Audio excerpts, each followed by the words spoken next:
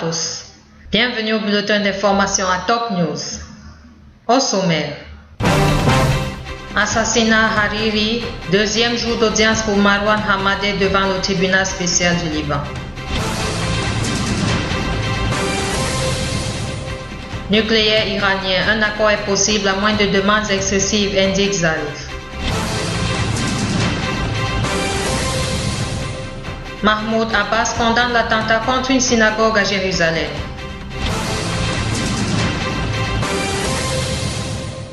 Mesdames et messieurs, voici les détails. L'armée arabe syrienne a avorté en collaboration avec les groupes de défense populaire des tentatives d'infiltration menées par des terroristes à partir de Jazal jusqu'au gisement de Hayal et de même dans les collines de Karat al-Rin en direction du mont Zamlet al-Muher dans la banlieue de Palmyre, tuant et blessant plusieurs d'entre eux. Dans la banlieue de Homs, des unités de l'armée ont tué et blessé des terroristes près du barrage de Oula à Karfalaya, à Taldo à 20 km de la ville de Homs et à 18 km de Hama, ainsi qu'à Bet Naban à Talbissa au nord de la ville et éliminer d'autres qui essayaient d'attaquer le village d'Abu Alaya.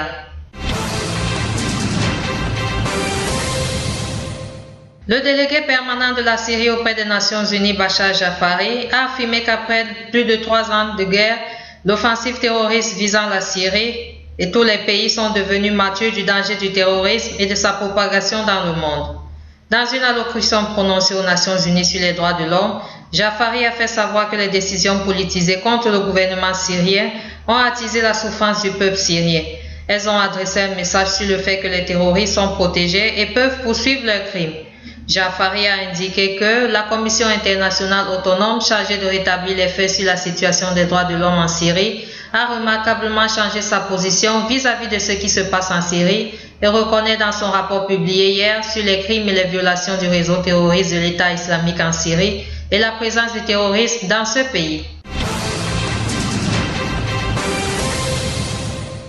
Le député et ancien ministre Marwan Hamadeh témoignait mardi pour le deuxième jour consécutif devant le tribunal spécial pour le Liban qui juge les assassins de l'ex-premier ministre Rafik Hariri. Lundi, le député a fait défiler devant l'auditoire l'histoire tumultueuse des relations entre Beyrouth et Damas. M. Hamadeh est le premier responsable politique libanais à témoigner devant cette instance depuis l'ouverture du procès en février 2014.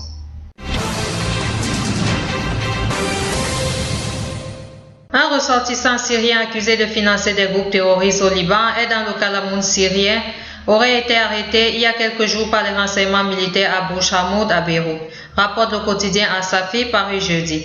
L'individu qualifié d'important serait récemment entré au Liban en provenance de Raqqa, bastion du groupe État islamique en Syrie. Il aurait avoué que le financement proviendrait d'un petit État du Golfe. Des sommes d'argent seraient à présent transférées en petite quantité au nom de personnes hors de tout soupçon afin de contourner les autorités selon les aveux du détenu. Il aurait également reconnu que des fonds auraient été reçus à Tripoli, au Liban Nord, puis acheminés à Ersal et dans son jeu, dans la Beka, théâtre de violents combats entre l'armée et les djihadistes en août.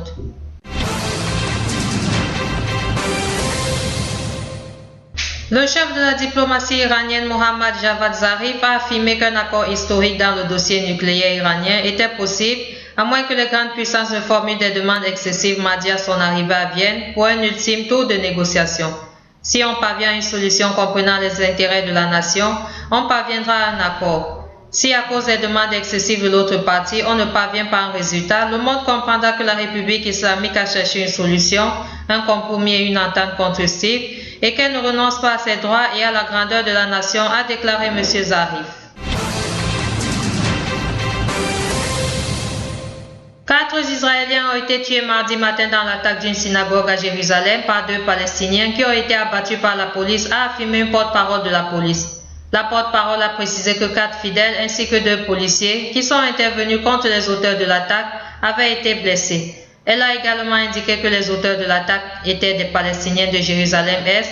La synagogue attaquée est située à Arnof, un quartier ultra-orthodoxe juif situé à Jérusalem-Ouest.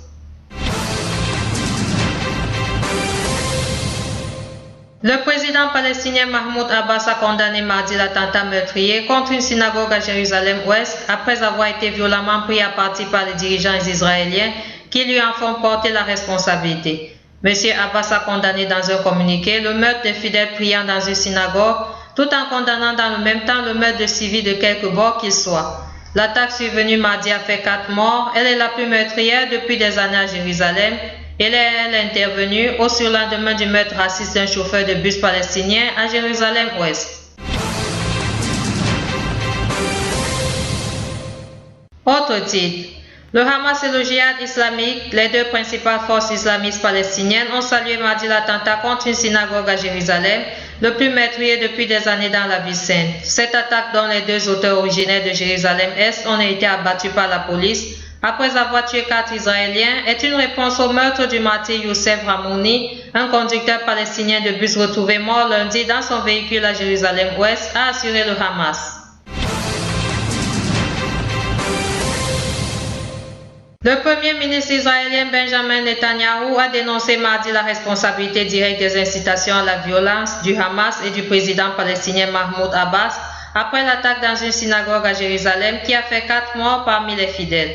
Cet attentat est le résultat direct des incitations à la violence menées par le Hamas et Abu Mazen, a affirmé dans un communiqué le premier ministre qui a prévenu qu'Israël réagira avec une poigne de fer à ce meurtre de juifs en train de prier.